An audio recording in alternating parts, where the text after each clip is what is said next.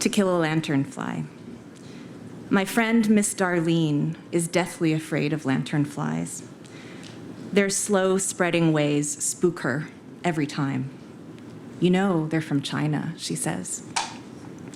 Despite the mandate to kill all the non-natives on site, we cannot stomp out all the little monsters at our doorsteps.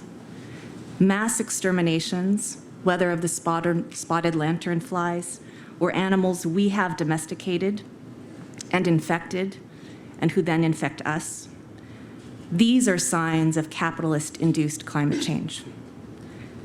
What are crisscrossing histories of displacement? My parents came here from China, too. We all stand here on Lenape land.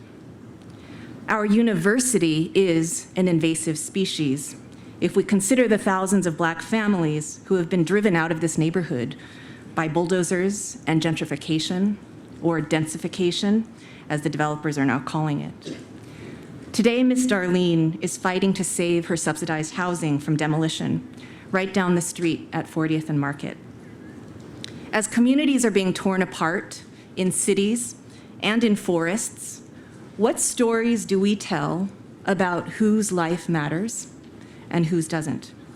What do we choose to preserve? What do we stomp out? Next time you go to squash a lanternfly, perhaps the very casualness of the act will prompt you to pause and remember the powerful ways we make and unmake our world.